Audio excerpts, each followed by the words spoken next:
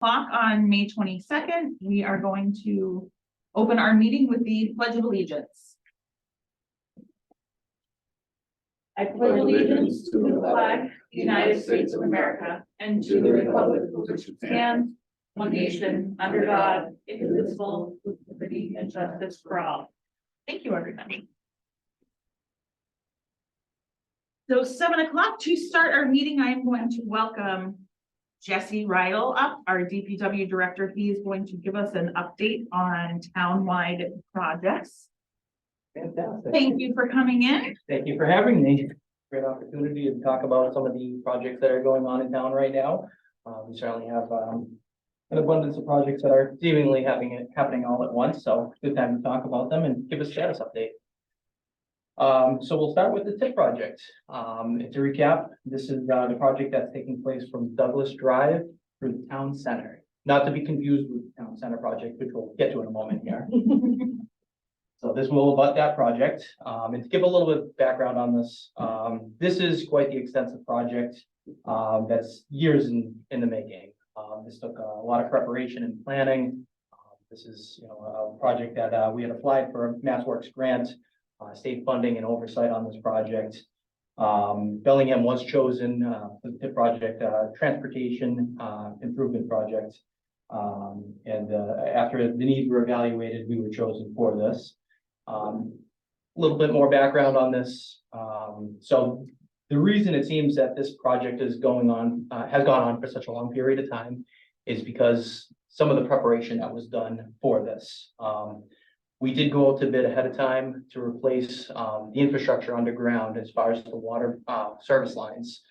Due to the age, the condition, we wanted to prepare ourselves so that when this was finally done, paved, the finished product was up to our standards. We had our infrastructure upgraded at that point. There's nothing worse than having a nicely paved project and then having water surfacing afterwards. So adding a little bit of time to this, it's unrelated to the job that's going on right now, but it was our preparation for it that extended this an additional year to prepare for it. So just to give you a little bit of background on that. And in preparation for the actual TIP project itself, we did also take the time to meet with the residents, talk about the impacts. It's rather substantial, especially in some areas where there's some of the roadway that's being expanded, straightened in certain areas and also lowered in other areas. So just a little bit of background on that. The end result is going to be a complete revamp of South Main Street from Douglas Drive to the town center.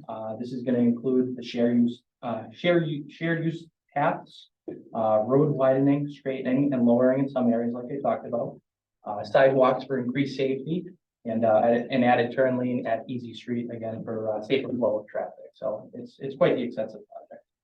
The contractor, Amarillo, is working diligently on this project to try to complete it in a timely manner. So currently the project is at about 25% of completion.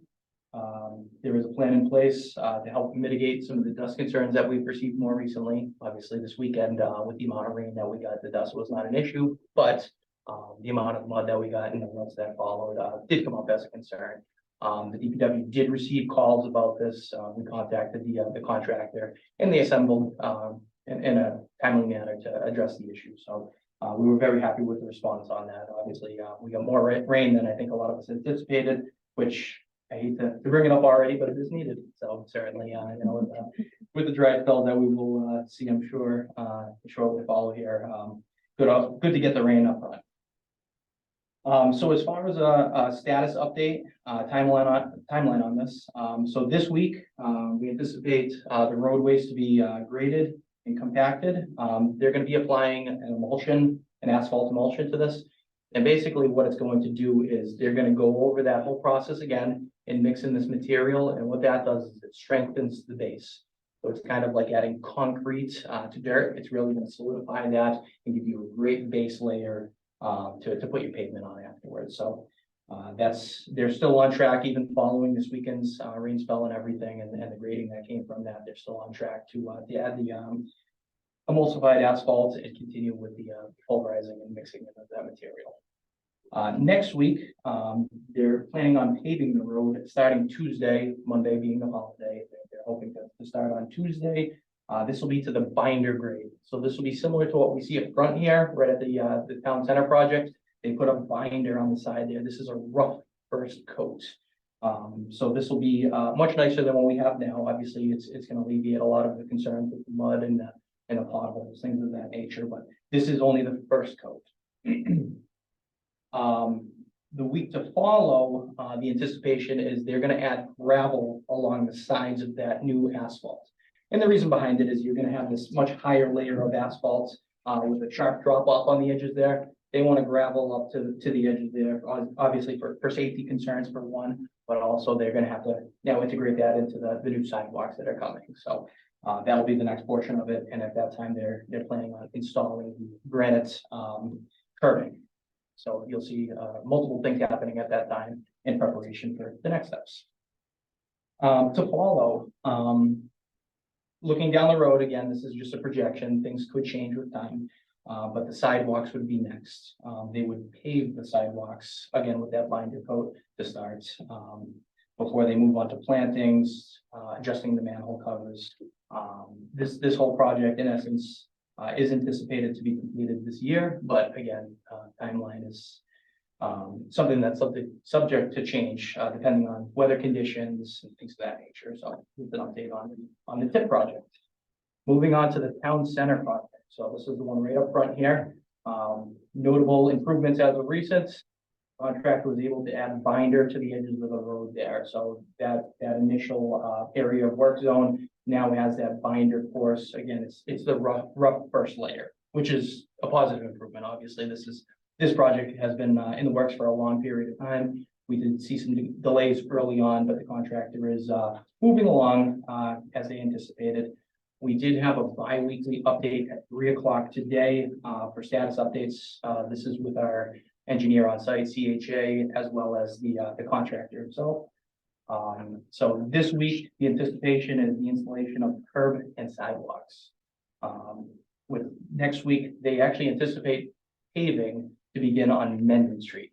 So this is not quite as involved as the full depth reclamation that we see on the TIP project, but there will be a mill and pave on Mendon Street. So good news. It's always nice to see paving going on, especially after everything that we've seen recently. May I add just one thing? If you were at the parade yesterday and walking on the road, you can actually see the curbing is actually all out there on the side next to where that rough first layer had gone. So when I was walking up and down, I was like, "Oh, look, we have curb already here." So it seems to be picking up speed now, which is awesome. Absolutely, yeah. A lot of concerned residents with that. As you know, it's a project that's been in the works for a bit of time now. So it's good to see the forward progress on that. So it's definitely a nice sign. Miscellaneous items. Bell Signal will be in to cut in the loops and activate the video detection equipment. So this is going to pick up the cars, so we don't have any issues with prolonged amount of traffic backing up in the area. By the end of June, the majority of that project will be completed, the expectation.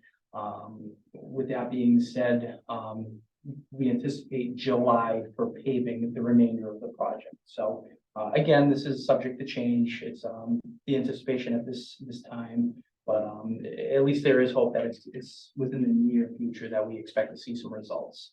So we're looking like we're moving in the direction. The contractor is happy with the results that they're producing at this time, and they see no issues at this point. To touch upon a recently completed project, this is a drainage structure and various paving project. Just wanted to touch upon some of the areas that were recently redone, including Key Street, Florida Ave, Link Street, Atlanta, Pheasant Hill, Partridge Trail, Blackmar, 13, Mary, Bellstone Drive, Mellon Street, and John Alden Circle. So there is, these are various areas that had drainage upgrades, but with that, paving can take place as well. So it was nice to see some areas addressed as they were certainly needed. Upcoming, we do have the anticipation of Depot Street at the railroad crossings. We have bid this out. Our contractor, Hatch Group rather, anticipates starting this project just at the railroad crossing, the two of them on Depot Street. This will be following the completion of school for the year. The anticipation behind this is we're going to shut down Depot Street. We'll send out a prior notification, coordinate this with the police department, but we'd like to tackle it in a much shorter period of time by shutting the roadway down. So again, we'll send out plenty of prior notification, coordinate with the police department, plan to shut down Depot Street and pave those two sections. It's a bit more involved than your standard paving project because of all the licenses required for each of the individual crew members.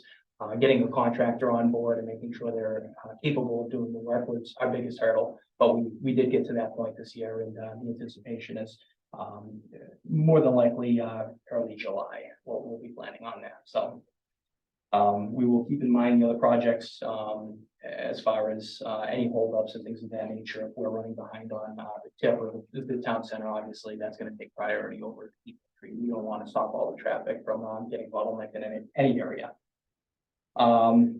Moving on down at Harkin Street, we have a number of improvements to the sidewalks and ramps, crossings, things of that nature taking place right in front of the school there. This is going to improve the sidewalks themselves, but also add the ramp so it's more ADA compliant. A portion of this is going to pave the aprons for the school itself, but there is various paving upgrades happening. And this was funded by a community development block grants. And the estimated timeline on this is again following the last day of school. Now jumping into trees, we did just have a pre-construction meeting last week for our upcoming stump grinding. So this is obviously following, we had some dead tree removal. The remaining portion of it was actually the stumps themselves. We have them in many locations throughout town, including Blackstone Street, Cross Street, Park Street, Hartford Ave, High Street, Lake Street, Locust Street, Maple Street, Payne Street, Pearl Street, Plain Streets, Pulaski Boulevard, South Maple, and South Main Street. So I'm sure many of you have noticed the X's in many of these areas indicating which stumps were marked for this removal. Our anticipation is once the dig safes are cleared within the next week or two, we anticipate a contractor assembling for this. It's going to be a pretty quick process by the sounds of it, anticipating about a week or two to have all of these ground down and removed. So they'll essentially grind down, I believe it's 6 inches below grade, remove the material, take it with them, and backfill the area. So once they're gone, hopefully they stay gone. Moving on to water. So after the little, we had a mishap at one of the water treatment plants more recently.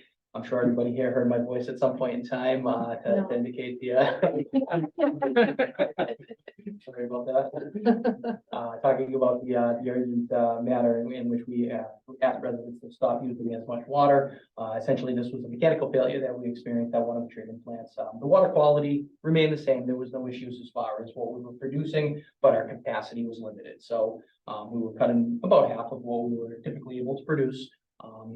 As a result, our supply dropped. We always remained within operating ranges, but we didn't want to get to the point where it was, impacting our ability to fight fires or things of that nature. So we did ask the residents to temporarily suspend any non-essential use to prevent any catastrophic issues. And the residents were fantastic. I will say that we saw a tremendous response from the residents. Our trends typically historically during the day. As usual, you would see levels drop during the day and rise at night. What we saw was more of a flat line during the day, showing that people did take this seriously, and we appreciate that. It was very helpful, and I can't thank the residents enough for listening to these messages. It was fantastic.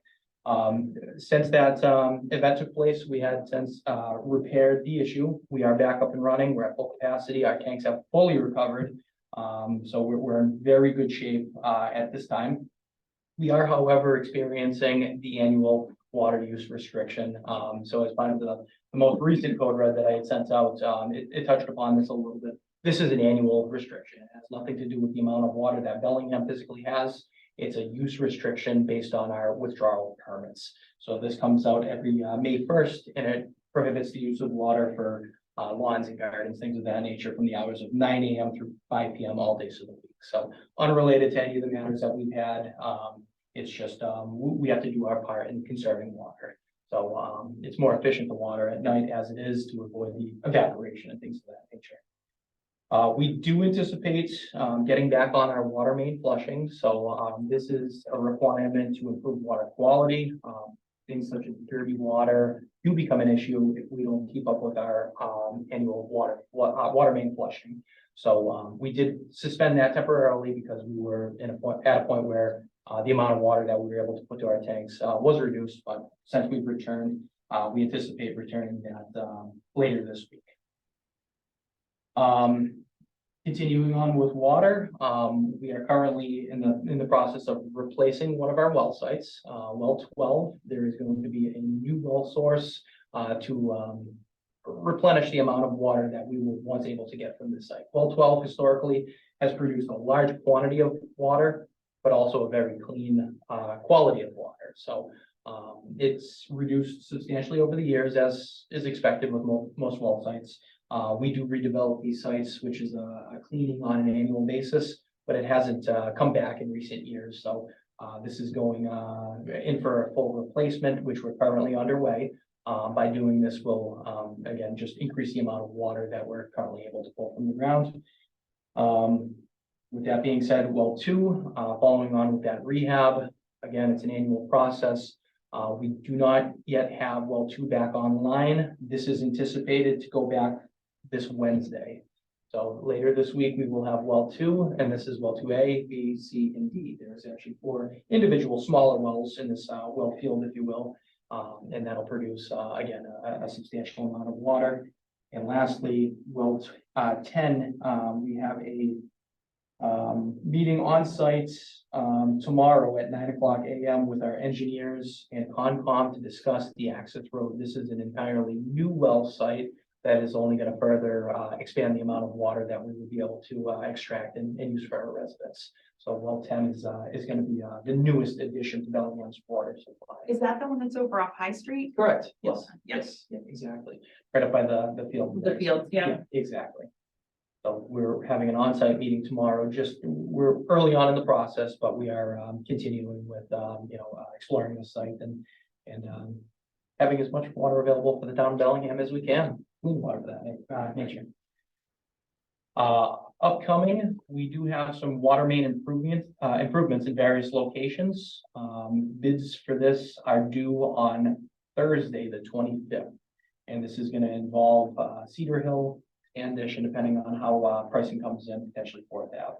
So this is going to be replacement of water mains that have historically been more problematic, safety concerns, the depth, things of that nature. They are on the agenda for replacements. And continuing through with water, our PFAS treatments at our Hartford Ave water filtration plants. We're moving forward with, we finished with our pilot study. The anticipated cost for this project is upward of $20 million. And you've probably heard us talk about it several times now. We're seeking funding and various grant opportunities to help offset the cost of this, to alleviate some of the costs on the ratepayers. We are currently moving forward with the PFAS treatment at Hartford. Moving on to parks, you'll see various locations, Richardson, Arcand, Silver Lake, and High Street. We recently installed some new park benches.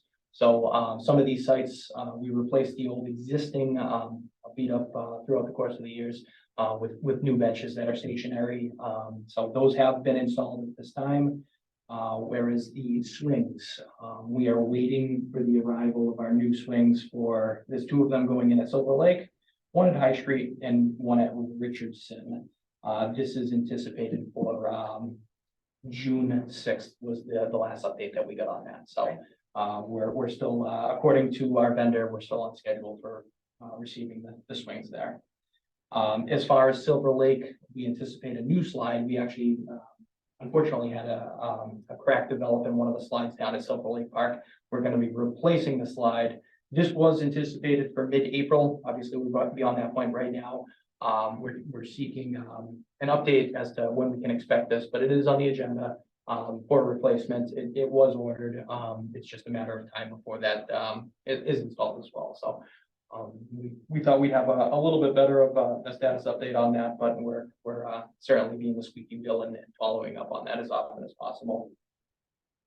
And lastly, we have planned guardrail replacements down at Rentham Road. This is over the Peters River. We did have a little bit Nell Corporation on this. This is going to replace some of the old existing guardrail in this area with new upgraded guardrail for safety improvements. So these are not all of the projects that are going on in town, but these are some of the larger projects. You know, some of the higher the more visible projects. You know, some of the matters that people might have questions about. But we're certainly here to answer any of the questions that might come up, and try to make them go according to plan and as smooth as possible. So, does anybody have any questions on any of the projects that I discussed? So 3 things. 1, are we doing anything with lining roads or intersections of one? Absolutely. So that's a great question. So we do lining of the roads every year. Historically, we've done them a little later in the season, but we did, however, discuss more recently, starting as of July 1. So we're going to be speaking with the vendor ahead of time to try to get Bellingham on the schedule a little earlier to try to get roads done, all of the roads done this year. So yeah, great question. So second, how do we get the word out? These are documents that can be stored somewhere where when people go to social media and beat the crap out of us, we can just say, post the site instead of our board or anyone You're absolutely responding, right. say, please direct them there, and without any narrative from ourselves. Sure. And it's funny that we're talking about this right now, because this is the anticipation. We were heading on the road to having this information a little bit more readily accessible, posting to the website, giving an update. So what we're currently doing with Flushing, for example, we avidly update the website posting to show the streets that are going to be flushed that week. So our anticipation with the project update is to add a section on the website and update it frequently, whether it be weekly or according to how the projects are going. Obviously, some of them might have a bit more information to put out there in a shorter period of time, whereas other projects they're a little bit more involved.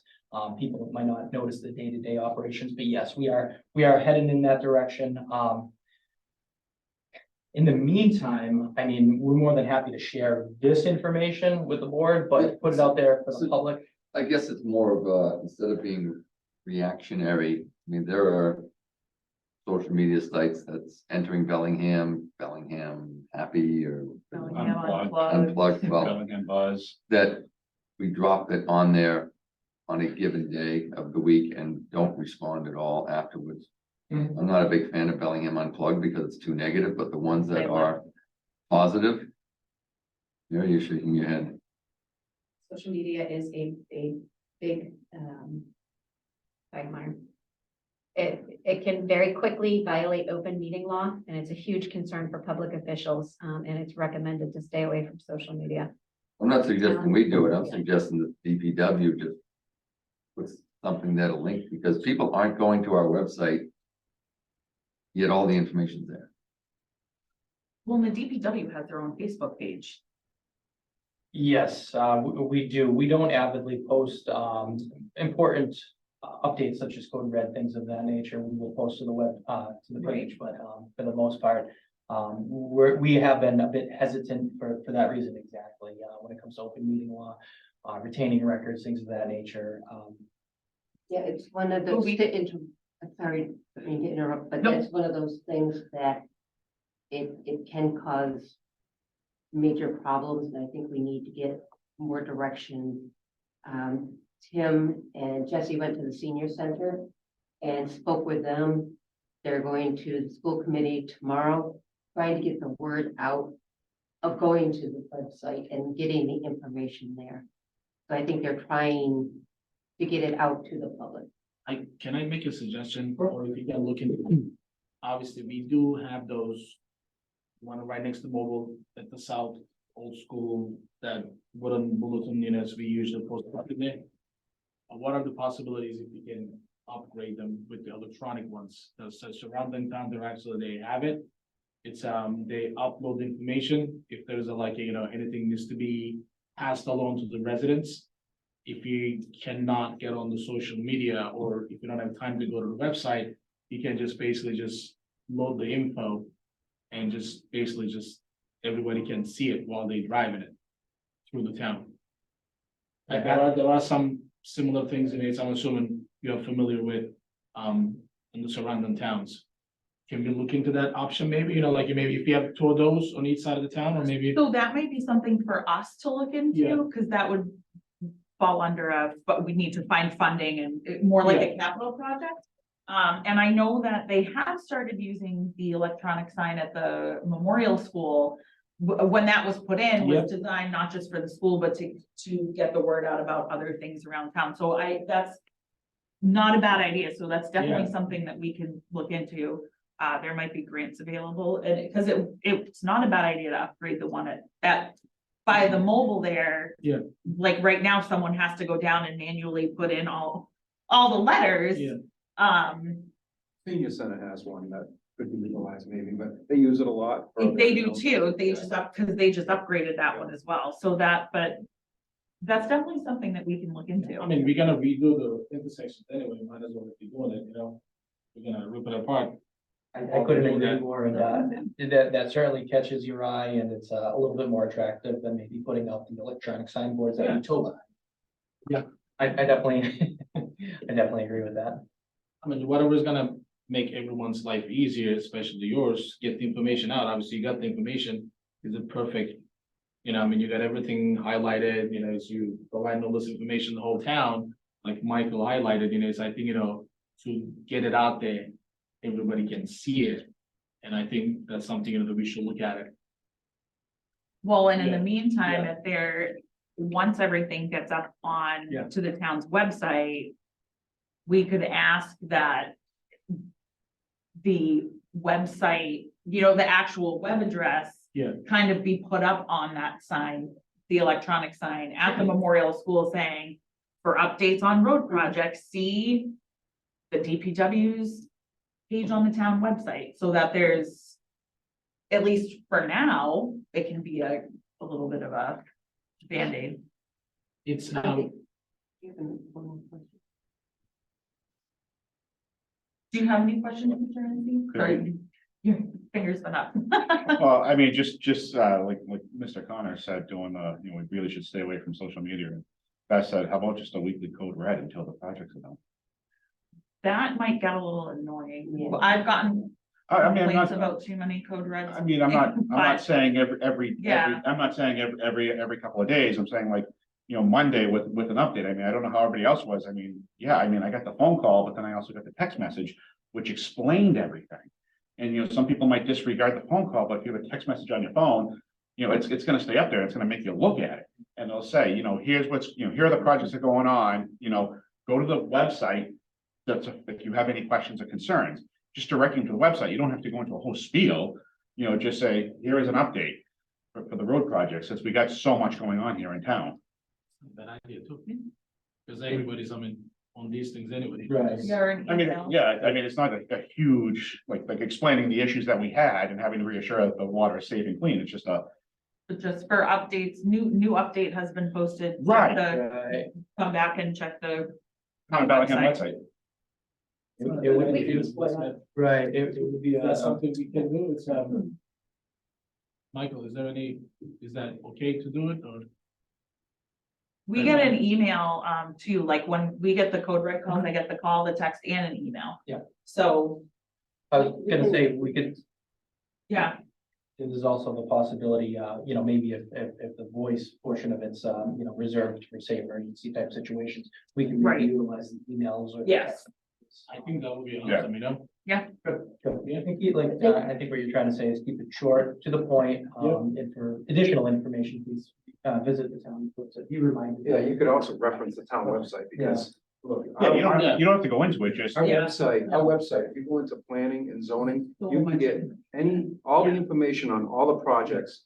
You can get all the particulars, everything that's going on right from the website, so even if it was just a message saying, go to the website to the DPW for information on the current projects that's going on, something. Yeah. Something to lead them to, Yeah. and then they can read on.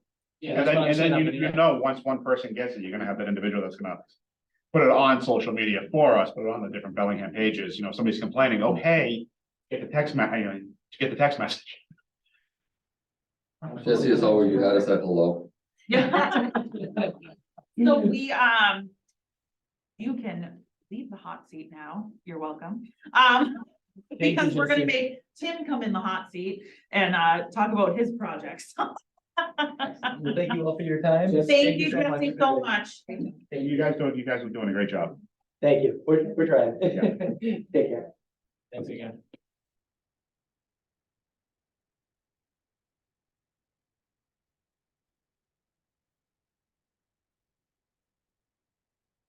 I have a few. That's hot. Good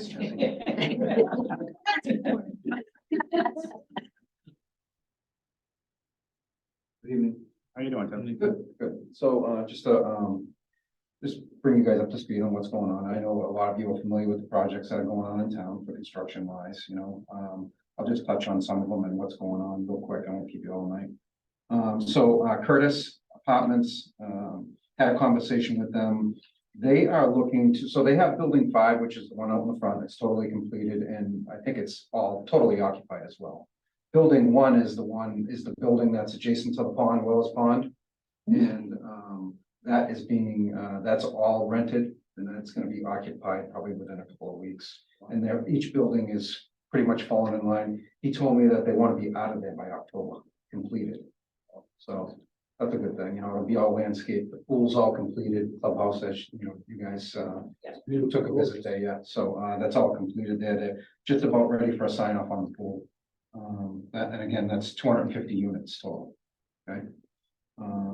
So Bungay Brook, the old Bungay golf course, that has you know, that's a pretty good site, 56-acre site.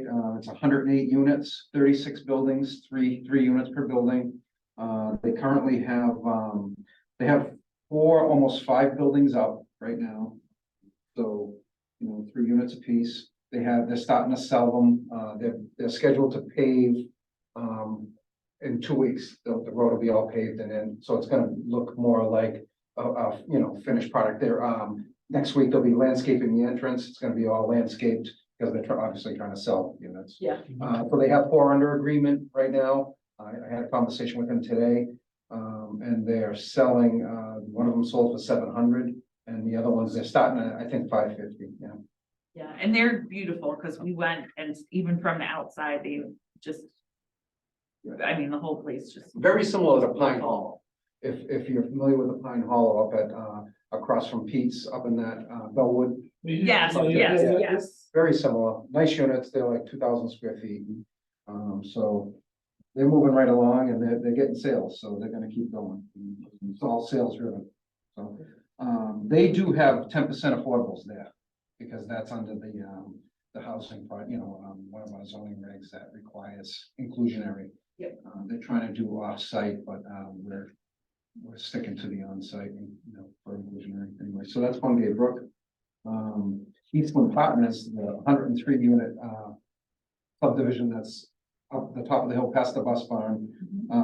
They originally were a 5 phase project. It's 103 units. They're reduced lots. So they're like 10,000 square foot lots, pretty similar to the Weathersfield subdivision. So they planned to be there. They thought they were going to be there 5 years, 4 to 5 years. They currently have 40 houses sold. It's, you know, it's all market driven. So they're in their 3rd phase. So they're moving right along. And those, you know, the values they're up around the same. Those are single family homes, and they're selling almost the same amount as the condominiums. Those houses are selling as quickly as they are hitting the market, which is crazy to me, but So, it's so they're in there. They're doing all their own site work and everything. So they're kind of like a one-stop, you know. They're not bringing in a bunch of different people, so they're doing a nice job. They're landscaping it as they go. Unfortunately, you have to start at the beginning, but they will be going through Cross Street pretty soon. Their retention ponds are all in and everything. So but that's yeah, that's pretty much they're going pretty crazy. So I did want to talk about Red Mill down behind the building here. They're out back, so that's up, just to remind you guys, it's 105 single-family homes, and it's 66 townhome units that are going in behind us. They started a couple of weeks ago, we had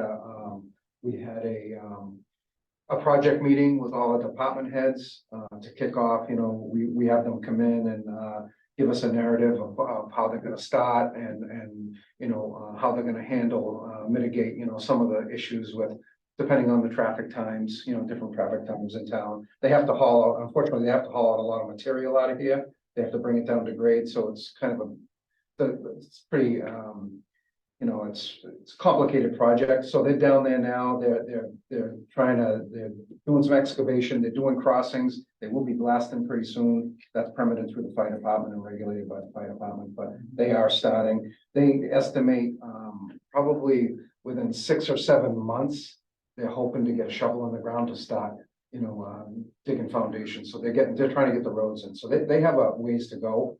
I don't know if you guys remember what, so even on our website, if you go to, the planning department and you go to approved projects, you can see the decision on this subdivision. This is a pretty lucrative subdivision for the town. It provides the infrastructure and, different mitigation that we got on this project. There's an improvement to Macy Park. It's an $80,000 improvement to the park. They have it's broken down into 3 phases.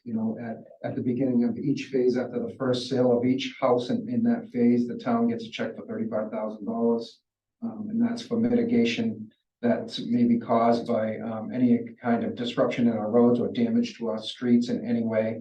So at the first sale of each phase, 3 phases, $35,000. So it gives us the ability to, to mitigate any kind of wear and tear that we may have experienced. And also the schools do receive a pretty good bonus with this subdivision. There's $20,000 per closing, up to 150 units go to the schools. So Yeah. we really want to see this project get done. The other thing is too, this whole center gets hooked up to sewer through that project as well. So it's gonna go down to Common Street, through Common Street and down to Mill to the pumping station, and it's gonna take care of a problem that we have up here. So so they're getting going, and we'd like to see that project, really get off the ground. Again, it's market driven, so depending on sales. Yep. What's gonna happen if we had a crystal ball, but hopefully they keep going. So moving over to, the last residential one, is Sunken Meadow. So I don't know if you guys are familiar with this. This is The Franklin? No. Yes. Fine. Yes. So, this was a 40B project that was approved prior to our, our 40B eligibility. So they came in just before the Curtis. They got their approval and then they got appealed by the residents. So, it is now coming out of that appeal. The judge made a decision on it, sent it back, and they're going back and forth negotiating now. That's 28 units and that's a 40B. So there will be affordable units in that subdivision. I believe they're duplex ones. It's been so long now. They've been approved for like 3 years, I think. But so that's gonna start. So we'll probably see something before the end of the year. We'll start breaking ground on it. It does cut through. You have to get through Franklin to get. I was just, that's where my mind was going. Some like Sunken Meadow is Franklin, but then it attaches to Bainbridge. Is Bainbridge Road or Brittany Road right there on? Yeah. I think it's Bainbridge. Yeah. But it backs up to Pilgrim Village. So, Yes.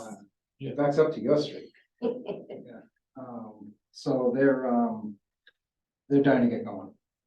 So that's that project there. So some of the industrial stuff. So 353 Maple, you guys are familiar with that. They came in to the planning board for an addition on the Snyder Pretzel building that's adjacent to Amazon warehouse.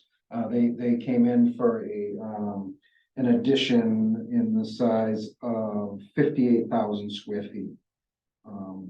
And that is, if you drive into that complex, it's the building straight ahead and it's the unit on the right. And they want to extend that 58,000 square feet.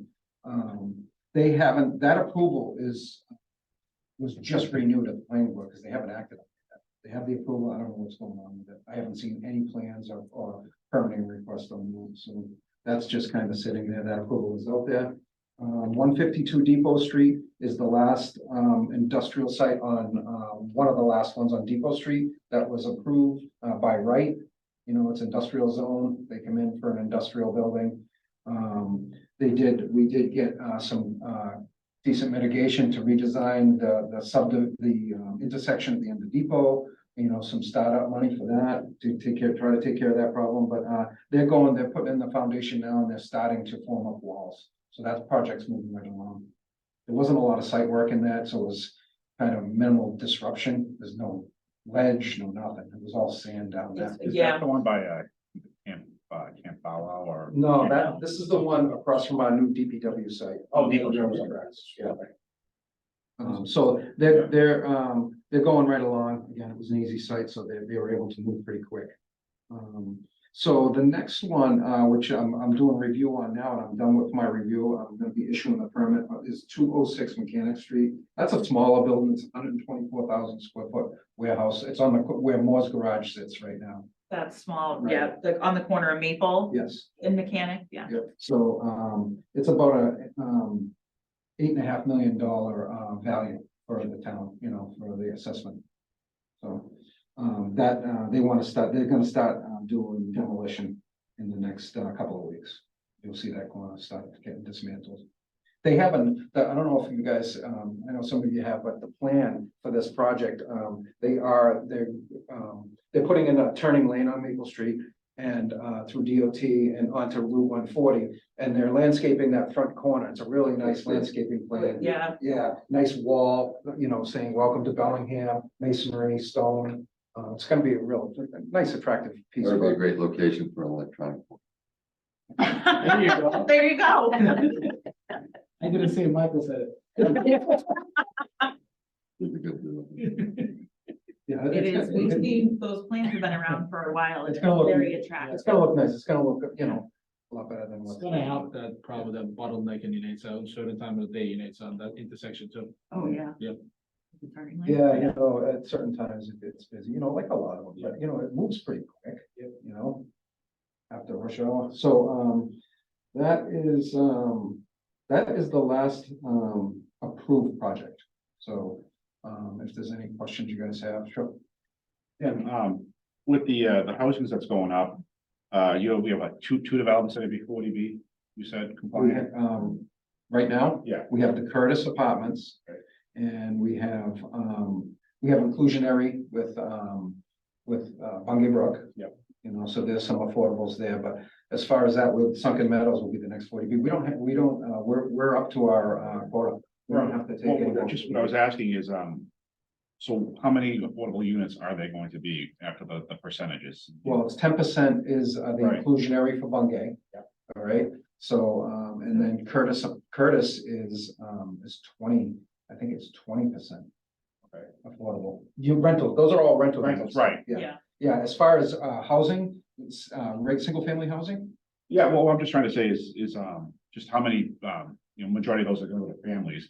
And I'm traditionally gonna have children. How many kids are we going to basically be for the schools? So Bungay's only 2 bedrooms, so you're not going to get a lot of families that buy Right, but at Bungay, and here's a lot of townhouses too, but. Yeah, so Eastland, so that's a 40B too. right. So there's affordable units there as well, but it's all based on income. Is that what your Right. question is? Well, it's based on income, and I'm just thinking with the influx in the school and the demand on the school. Well, the MAPC, Metropolitan Area Planning Yeah. Commission, did the study through 2030. Okay. With the planned growth, our net change in school enrollment is -50. So even with these units, it's still gonna be. Because from an aging community, people like myself have no kids in the schools and have no intention of moving. Huh? You heard of Robert De Niro? It's not possible. for me. I'm just making a joke. Yeah, yeah. But no, I'm just worried, yeah, that's just, okay. Yeah. So even with the extent, Even current, with the okay, plans, when the MAPC came out 3 years ago, all of these things were on the table. okay, And the school department has those numbers, too, Okay. the superintendent, he presented those at their meeting. okay. Question for you, the landmark intersection, what triggers it with Red Mill to open it and make that light go on? Do So. they have to break through? Yeah, so I I believe it's the third phase in there when they start the townhomes. They have to, They're gonna blast on the other side. Yes. Yeah. And the lights there, those lights, those are gonna be reviewed by DOT as far as when they become active. It's all up to them. It's up to nobody else, you know, it's all on, traffic count. Question for Mary, does the acceleration of some of the sales change our new growth estimates for 2024? So remember that new growth is based on new construction that's never been on the tax rolls. The sales will certainly influence the average single-family home value. But single-family home values are not considered new growth for any property that's already been on the tax roll. It's just a change in the existing burden for the family, you know, for those properties that existed before. So the ones by the VFW, if we've got, Yeah, there's 103, there's 103 coming on. So So depending on what time, the timing is when they're completed. So a property that currently exists today and has already been on the tax rolls, and let's just say their average single family value right now sits at about 360,000. The new properties that are selling, any new property that's never been taxed before will be new growth. But those sales may influence various neighborhoods because the demand for those properties will influence an increased value. But that increased value of an existing property does not result in new growth. It just may result in an increased tax burden on that average single family home. Does that make sense? I understand where you're going, but if we have an extra, if one of these phases is in phase 3 and they thought they were gonna be in phase 1, we're probably 50 to 100 units ahead of anticipated. Potentially. From what we estimated. Yeah. Yeah, it depends on when that is marked as completion and when we can capture it to put it on the tax rolls. Yep, the Yeah. deadline is June 30th. The other thing is too, like when we did these estimates, we sit down and talk about them. Some of the projects haven't started that we thought were gonna start, you know, so we hope that it comes out to what we estimated for growth. Jesse had us at the low, you have us at the high. Thanks, Tim. Thank you, Tim. All right, Great information. Thanks so much. thank you. Thank you so much, Tim, for coming in. And I think one of the things we had been thinking about is maybe having them meaning Tim and Jesse come in maybe every other month, once a quarter to just do kind of an update like we had here. So I kind of refresh it a little bit. Yeah. You guys know what's going on, but you know, different things happen and things turn different ways. We did have a good little outing at the senior center. They were appreciative of that and asking a bunch of questions, the right questions, and you know, mostly calling it Jesse, but Yeah. I was able to slip out of there. But it was a good thing. So we're gonna go back. They're gonna we got in there kind of at a it was kind of quick, you know, so they did say, we want you to come back and we're gonna have more people there. So I'm like, uh-oh. They were asking for business cards. We're like, oh no, I don't have them right now. I'm there tomorrow. Yeah, exactly. But a lot of good questions, and they were really glad that, you know, for the information. So we're gonna go back and, hopefully there's more people show up and, you know, answer whatever questions they have. Thanks, Tim. Awesome. No, Thank you so much, Yep. Tim. Welcome. Have a good night. And for everyone who has been very patiently waiting, the next item on our agenda is Mr. Spizzato, if you want to come on up. And I believe our residents back here, you're for Housing Authority, correct? Right. Awesome. So, Mr. Connor, I am going to turn it over to you to lead this discussion. So in light of us anticipating a need for special election for the select board, it seems that there is a need for housing as well. And I guess for clarity, and we've talked briefly, but it seems that I don't understand how where the tenant member fits into the board. Because as I look at the last few elections, it seems that Mr. Remillard should have stepped off when his term ended. And that we need to remedy that. So Libby, I will address that, Thank you. and also what the plan is or what's being done so that doesn't happen anymore. So actually, it had a little bit to do with the tenant, but not entirely. And my former colleagues will understand a little bit of this, probably more than I do, because it was before I was in the clerk's office.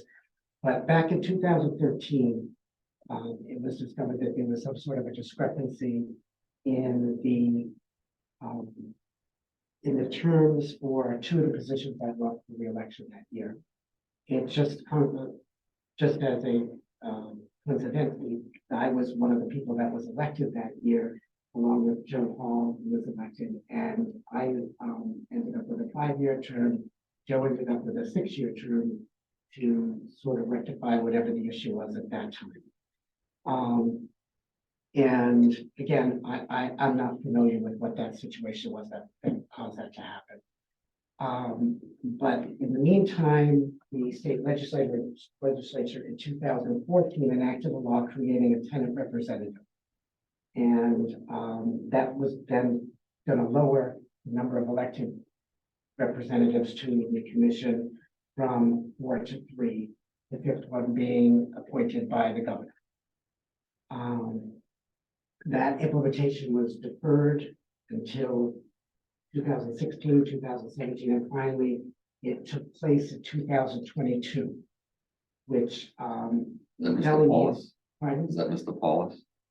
No, Paulus is the governor's appointment. Yeah. Okay, so in 2022, the state finally said, okay, we're going to implement this now. And we have to have a tenant representative, but it took them all that time to get there. Mostly because there was no vehicle and no process for holding a tenant election. It couldn't come through the town clerk's office because it was specialized to just residents within the housing authority. And at that time, Bellingham was not able to create the tenant position because we were too close to our election. We were within 64 days of the election. So we had to bypass it. And the individual that was up for re-election that year actually stayed on for another 5 years without an election. And that's how they decided to handle it. In 2023, when we finally were going to be implementing the election for the tenant, that's when I came to the board and talked about the fact that the state had no longer decided to have it elected by the tenants, but was going to be appointed by the select board or the council in town, the mayor in town, whoever was in that position. So that's when you guys got involved and you were appointed a position. In the meantime, well, during this period of time, I came off the board in 2018 and there was an elected man, and the first person that was elected was there for a bit of time and then passed away. And then we held another election the following year for the remainder of that term. And there was another individual that was elected and he passed away. So we had a lot of kind of changes in that direction as well. All the while, this was being tracked on Lotus 123. So it was not the best system or the most up-to-date system for doing that. I actually purchased a software package that would be more suitable to this tracking a system like this. And we did a conversion. We tried to do electronic conversion at one point, and it was disastrous. And then we ultimately had to try to put it back together with a manual. So somewhere in there, the situation was created that that position was inadvertently given another year. And obviously, we thankfully have the situation now where we can have the special election take care of it. And with the new system, it shouldn't happen that way again, because we won't be doing a conversion for a long time. So of the 5 members, should they each be coming off on 1-year intervals? If they're 5-year terms? The member that is appointed by the governor is at the pleasure of the governor. So that person can Okay. stay on for a long time. In fact, when I was there, the member that was on was there for like over 20 years. The last one, I think, was It's never up for review. around age of, and That can never comes up for review, or doesn't really unless, basically, they initiated it. so when we switch from the Baker administration to the Healy administration, it's at their pleasure. That's right. The tenant rep, how many years were they? Tenant appointed rep for? was 5 5 years. You just appointed that person. So over a 5-year period, we should have 3 elections and an appointment Correct, from the town. correct. Is there? And right now, so should we be on a 3-5-7 schedule for that? I mean, that would probably be the most favorable thing to do. Because as we look at this, and maybe this isn't the most up to date, but so Mr. Remillard's term ended in 23. He should be off the board. Right. And That's Mr. the one that- Hall that was stepped the one that down was and- missing. Got an extra year is what happened. But he shouldn't. He should have to run. I'm saying in the process of doing all of it, it's got an extra year. So Mr. Hall left, Yes, and did he do so because he thought that the tenant rep was? No. No, he just No, he left. that's my understanding. What I heard So- from him is he wanted to retire. So that being the case, where Mr. Remillard's term expired in 23 and Mr. Hall's expired in 25? Shoot. Mr. Hall's was elected in 2020, his would expire in 25. He was a 5-year term. So our website. So I guess my question is, do we need to elect 2 members? Because we need to replace Mr. Hall or the tenant rep? No, the tenant rep is replacing That's one not- of them, so that's where that would be. So we need to have an election for the 2023 through 2028 term.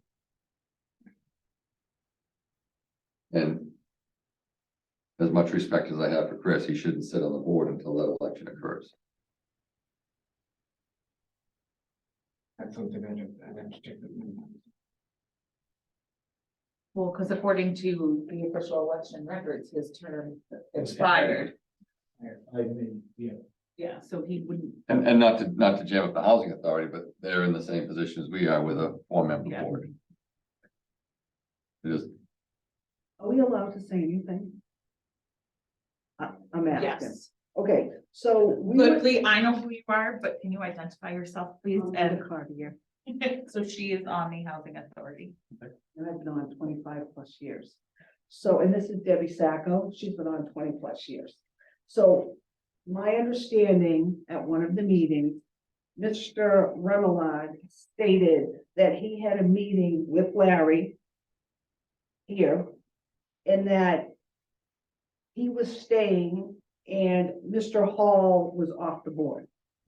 Our last meeting that we had over at Depot Court, which was the second Tuesday of this month, Mr. Hall showed up and he said, I guess I'm no longer on the board. So there's definitely, it doesn't make any sense. And if you look at our laws, we're under DHCD. And it started in 21, and it states that if there is a vacancy on the board on this date, the seat will be the town appointed tenant board member seat. That was 5/15/21. And Michael, this is papers that I had given you. Then it says on 7/14/2021, if there is no vacancy on the board on the effective date, the elected seat with the first term to expire, which is Chris Remillard, after this date will be the town appointed tenant board member seat.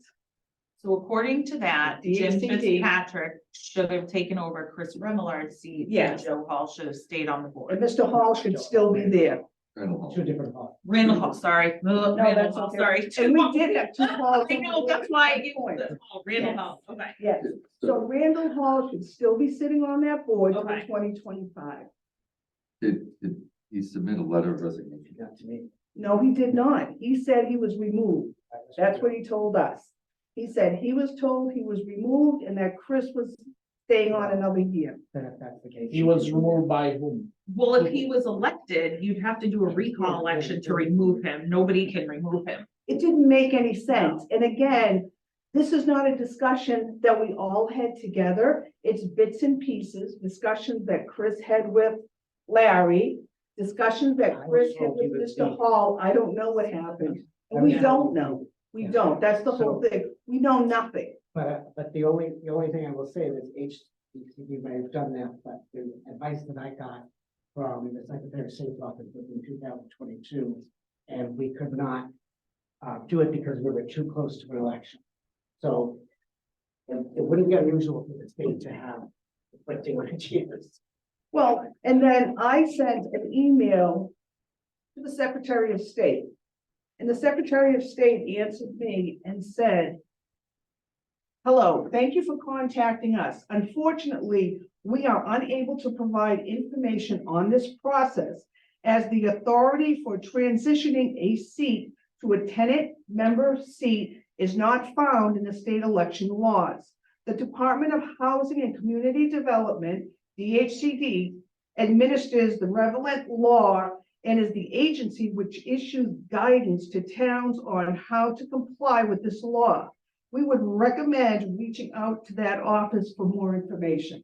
So again, it's DHCD that governs us, not. So I'm just, my assessment, and please correct me if I'm wrong, is it would appear as if Linda Cartier's term expires in 24, Deb Sacco's expires in 26, Mr. Hall's expires in 25. I don't believe it. Because again, like I said, some of these records were very screwed up, so I'm acknowledging that. So, I'll talk to the board. I have that Mrs. Cartier, was elected in 2011, and again in 2012, in 2017, and was up for re-election in 2022. So that would mean 2027. That would mean 2027. Right. And she stayed on in 2022. And Mrs. Sacco, do you know, do you have that or? Sorry. Is it? No, I just- Are you in And I'll be 26? honest with you, I just have the election in the last few years, 2022, 2021. Because who is it that you said stayed on another 5 years? I don't understand that. I think it was you, 2022. No, I didn't stay on another 5 years. I was elected. There might have been 1 year discrepancy because it was supposed, that was in the interim of the tenant. When they were gonna take a tenant, put a tenant on, but it also had to do with the tenant association. So I lingered 1 more year, I believe, and I believe this is right. I lingered 1 more year. They did not make this decision, and then the election process started. I had to run again. So, I mean, obviously, we want to fix this. Yeah. Is it appropriate for Mr. Pelletier to reach out to Mr. Hall to see if it is his desire to finish his term, which expires in 2025? Which would give them a 4-member board, and Mr. Remillard would be free to run in the special election. And that way we're staggered, because that's the big thing. We need to be staggered. And the other thing that's wrong on here is Ronald Paulus. He didn't start in 2016. That needs to be Yeah, fixed. they've updated the website. So what you said would give them 4 elected positions. So that's, so really, So that Chris wouldn't have a position at all. Thank you for the correction. So Because the tenant took Mr. over the. Fitzpatrick would be 23 to 28. Yeah. but it's Mr. Hall, if he unfortunate. wanted to continue. Right. If he wanted to If he wants to continue, he continue. would return to the board, and if he chose not to, then we would have a special election for the expiring term of Mr. Hall in 25, so it would be 23 to 25. Yeah, and he may want to come back to the board. And if anybody steps off of the board, it's our discretion whether we want to fill that seat or let it go vacant for the year. It's our discretion as the housing authority. Which is the same as, It's yours. as Your our discretion as a board Mhm. to do a special election. Yeah. It's unfortunate though that this did not come to light before the election. But I think the biggest thing we walk away from is we can fix it if Mr. Hall doesn't wish to run, and if he wishes to be part of the board, there is a seat And it for him. actually is and worked we out solve the well problem. this year because of an Yes, And does this make sense to all of the housing authority members who are here? Yeah, What we now, just said? now that Okay. we explained it, yeah. Okay. And now that we understand that, yes.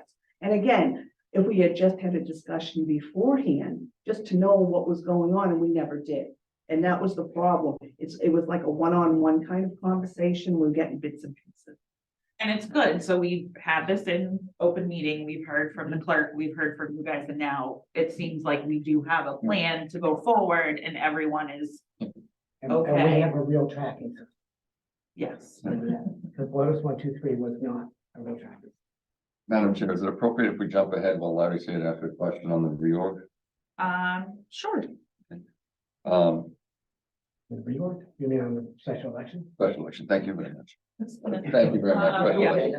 So, based on what our CFO said, we would wait until after the town meeting to allocate funds. What is the timeline that we should be thinking about going forward?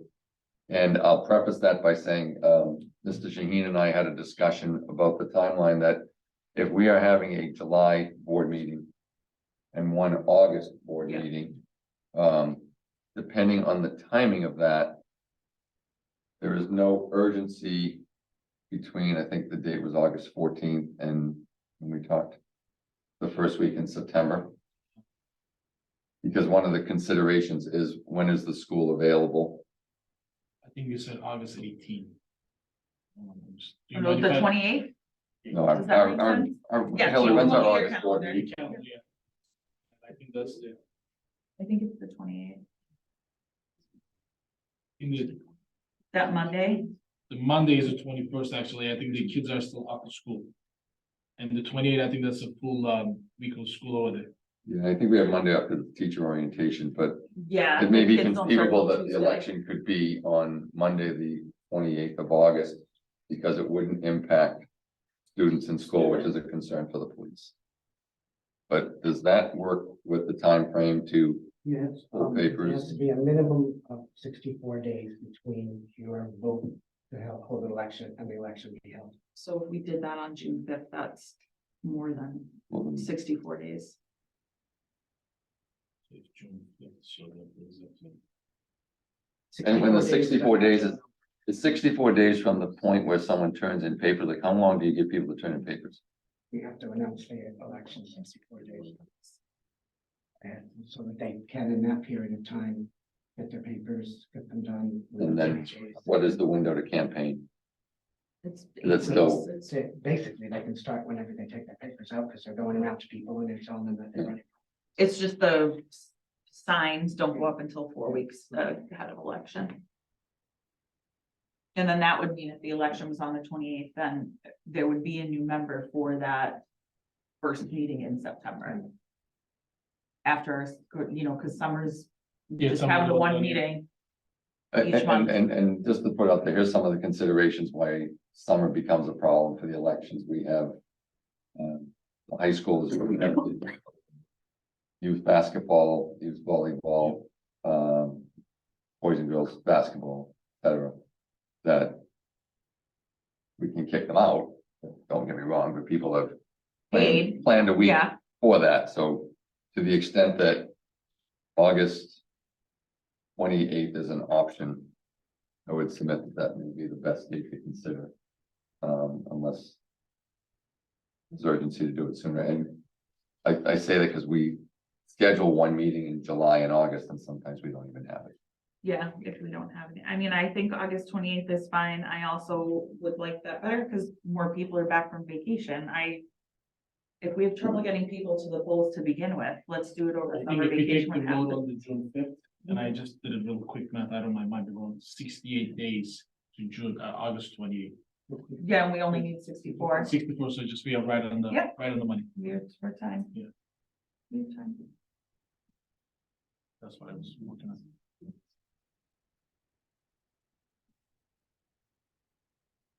Thank you, Larry. Helps clear up a lot. Thank you. All right, thank you. Thank you guys for coming. Thank you. Great, so we're gonna jump back up to other business. And the first thing we have for other business is our bid award. Madam Chair, if I may. Go for it. I move that the following 2023 contracts be awarded to SERSG annual bid for DPW services, the low bidder Cape Sealing with random crack sealing to Induce of Braintree, Mass, contract total $342,395, and catch basin cleaning with debris disposal through roadway maintenance services of Plymouth, Mass, contract total $5,500. Do I have a second? Second. Any questions? No. Awesome, I will call for a vote. All those in favor say aye. Aye. Those opposed? Right. The next thing we have under other business is appointment of fire chief as fire warden. You will also notice in your packet that Hillary and I went back to town council when we were looking through our charter, and we did confirm it with town council that we actually do not need to do a separate appointment. The fire chief is automatically serves as force warden.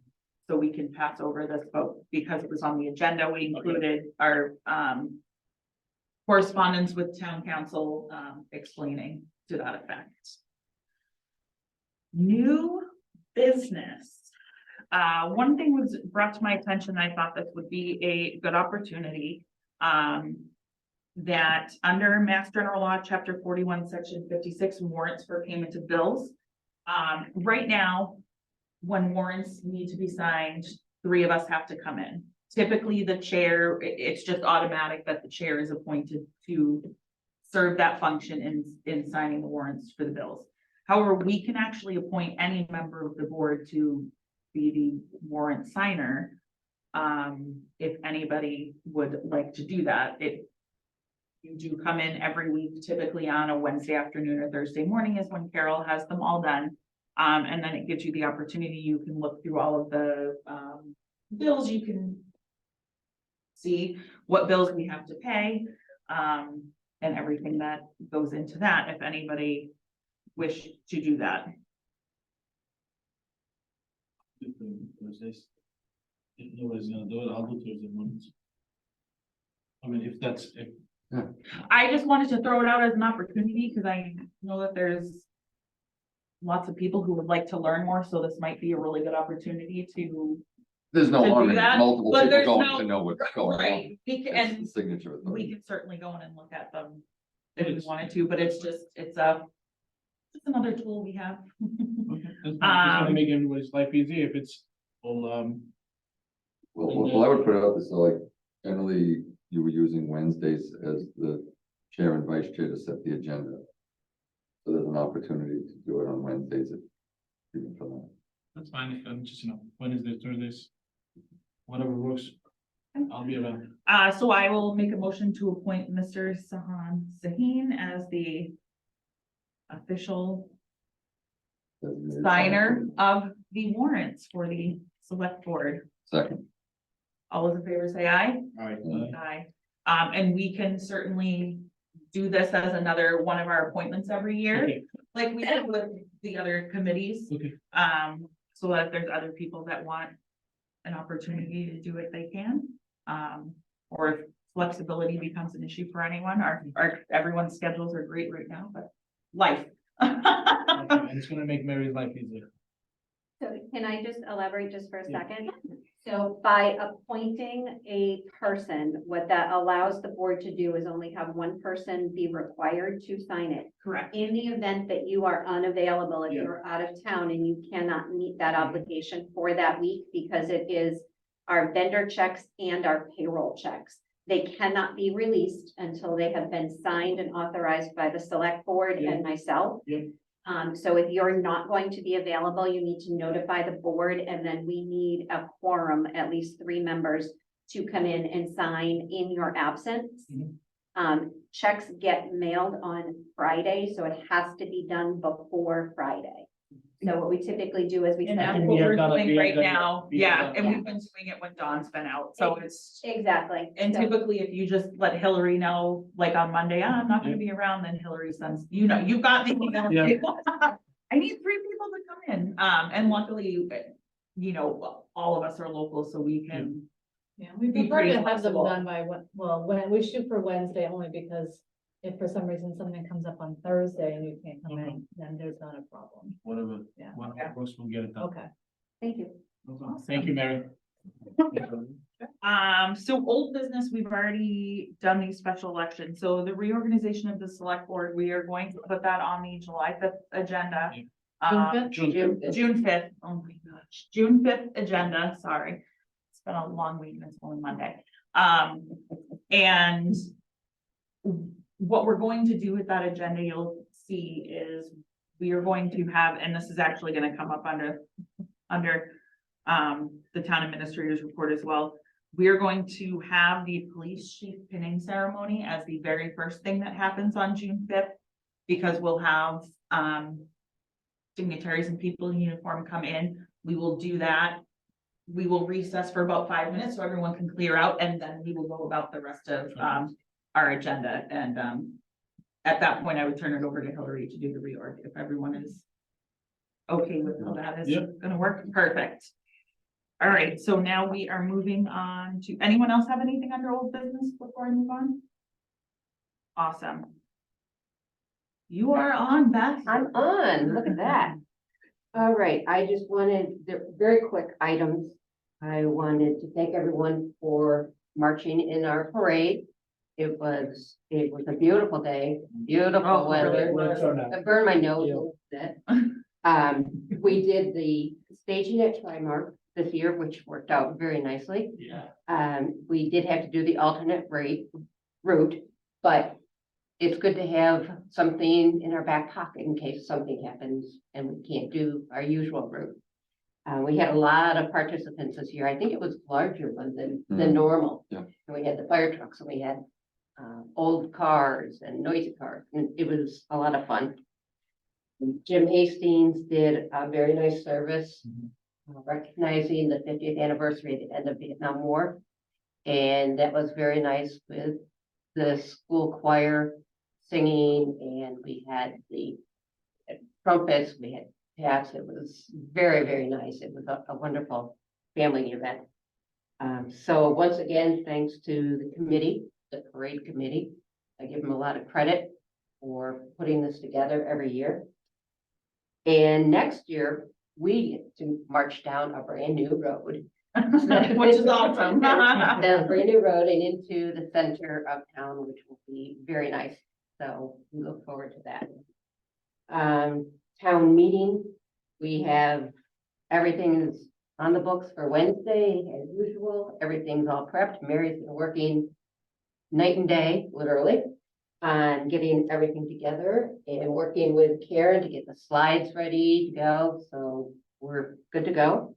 Town council's read everything over. Everything's good. The motions have been worked and reworked and reworked. Mary's taking that on where she and Dennis do it together for days and days ahead of time.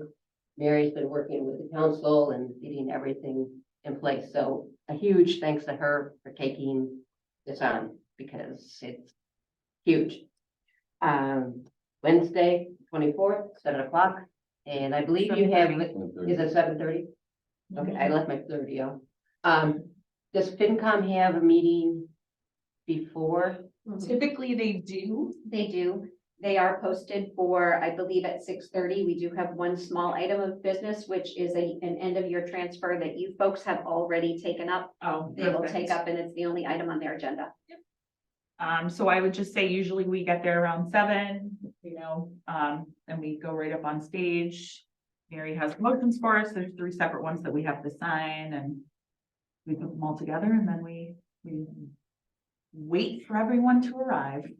Keep everything at home and get the color coded copies. Yes. You got it. Yes. And typically Lauren brings candy for us all that sustains us through the evening. She dumps it down the table for us. So we look forward to that as well. And Mary Beth, I really appreciate it. And I know I told her that today. I know you guys have a lot of things on your plate. Get ready for the town meeting, and I think everybody greatly appreciated what you guys have done so far. It's Thank you. I second that. Yep. and appreciate it for everything you guys do and you have done. Mary, like I said, has taken and run with this town meeting, so Teamwork. It's all about teamwork. we've all been together and working together like anything, trying to get it together and make it smooth, so, Getting it done. you know. it's- Oh, Chrissy's telling us that Mary has the candy this year, apparently. Thanks, Chrissy. You got the candy coming. So yes, and thank you to the board for all the assist. Next weekend, long weekend, Monday is closed for Memorial Day, so the municipal center is closed.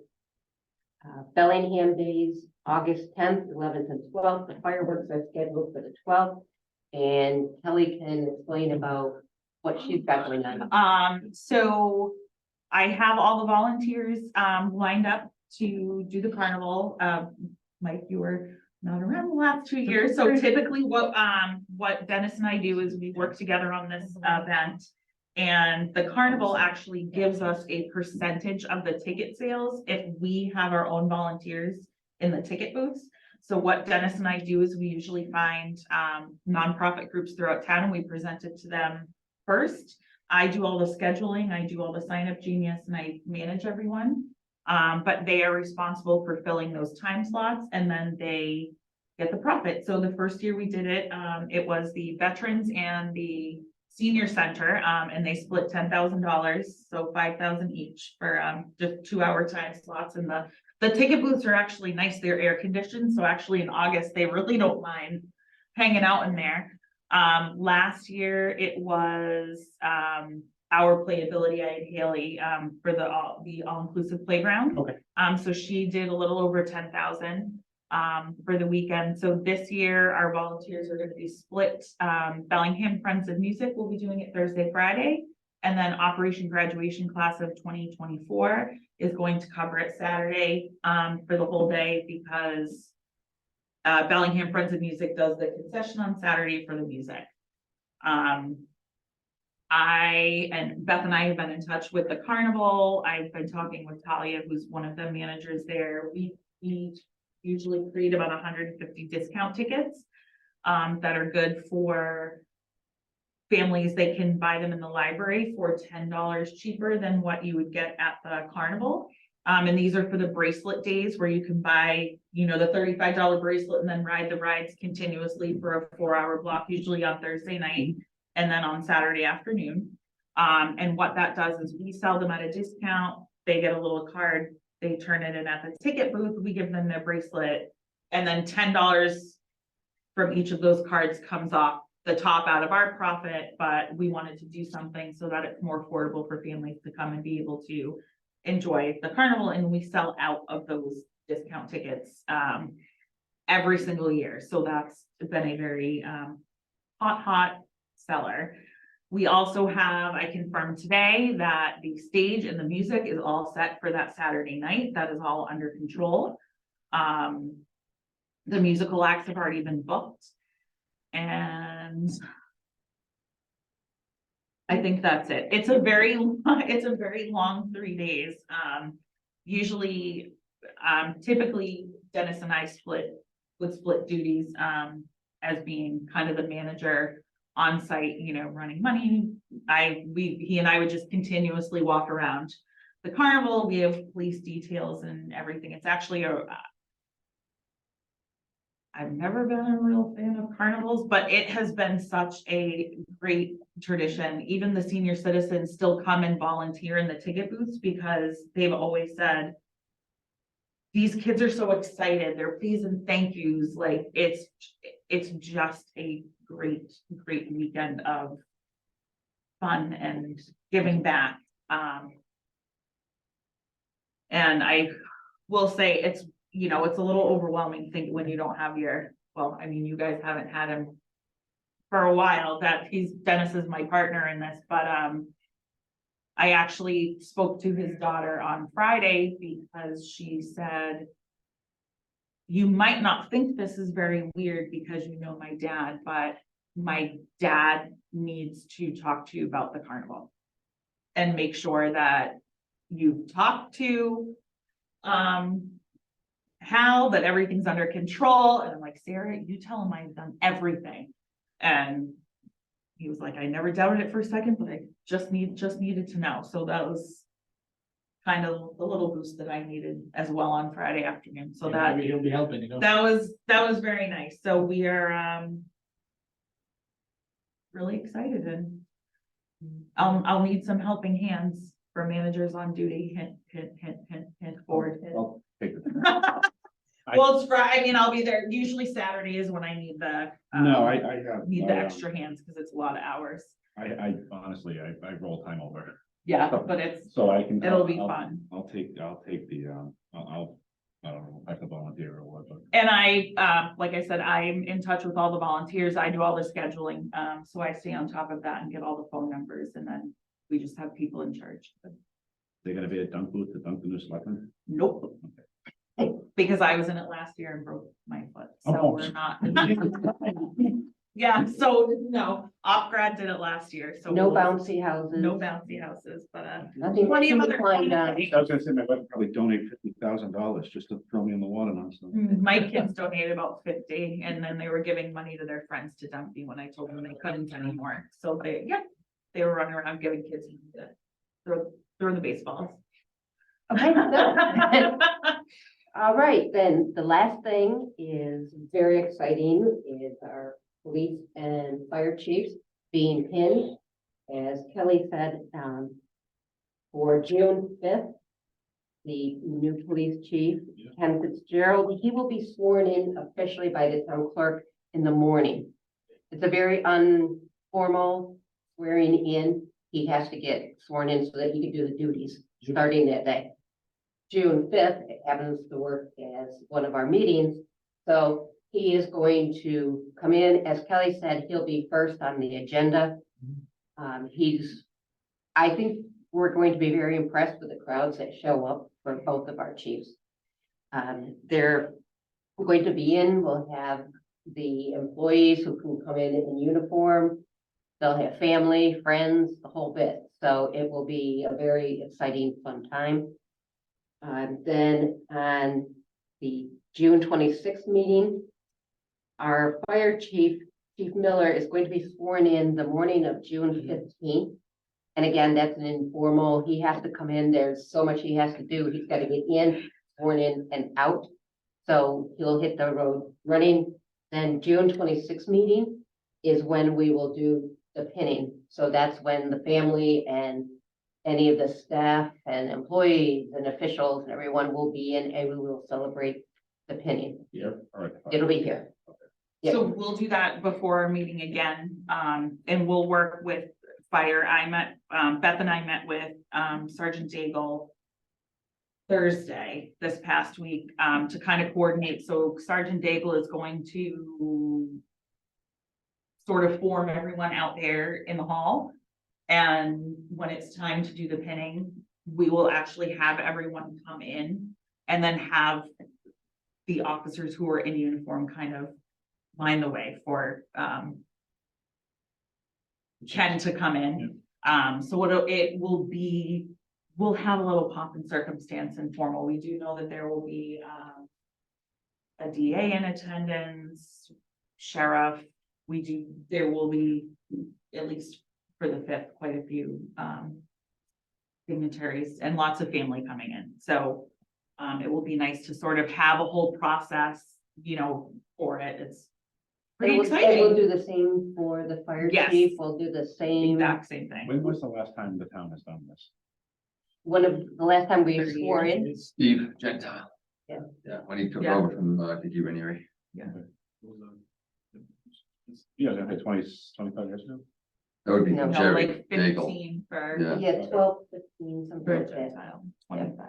So it's been a long Yeah. time, and it's been a long time that we've done something this exciting for the town, so it'll be really good and bring a little fun into the. It'd be cool if we had like a mock cannon or something. Okay, let's not. Might be cool, but I'm just saying, it'd be cool. so that's everything I have, unless anyone has any further questions. If not, then thank you very much. And I'm glad Jesse and Tim could fill everyone in. lot going on. Awesome. So if there is nothing else, I will entertain a motion to adjourn. Second. And all those in favor say aye. Aye. Aye, meeting adjourned at 8:30.